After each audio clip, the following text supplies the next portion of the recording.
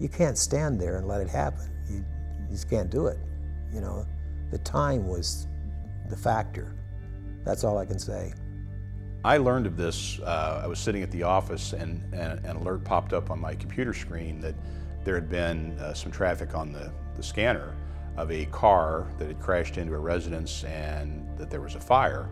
I was driving down Lund going west to the feed store, and this car just came across the street from, I believe, Hoover Street and missed me by inches, just zoomed across, probably doing 50 plus. The car that had gone up this driveway and struck the front of this manufactured home was just completely engulfed in flames. Well, it caught a fire as soon as he hit the mobile. And that was what puzzled me, was how that car caught a fire so fast. As it turned out, the vehicle had not only struck the front of this house, but it had hit a natural gas line and ruptured, knocked the top off of this gas line. So there was just natural gas spewing up, and that was the main source of the fire.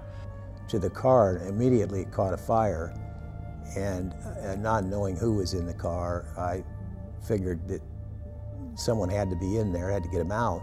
So I opened the back hatch. Well, first I tried the driver's door, and it was blocked by the debris from the porch on the mobile home. But there were other people nearby standing around watching this, and Mr. Dean told me that they cautioned him against going up there because they thought this car was on fire and said it might blow up.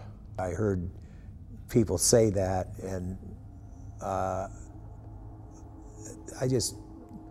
you can't stand there and let it happen. You just can't do it.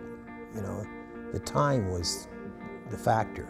I'm not sure I would have run up to that burning vehicle myself, but I guess you don't know until you're in a situation like that. I at first asked him if he's okay, and he wasn't responsive, and I kept shaking him and told him he had to get out of the car, and I was getting ready to cut his seat belt and pull him out, and when I pulled on his arm to get him out, he crawled between the seats, and then he went out the back hatch. I'm convinced that he probably saved this person's life by getting him out of that burning vehicle.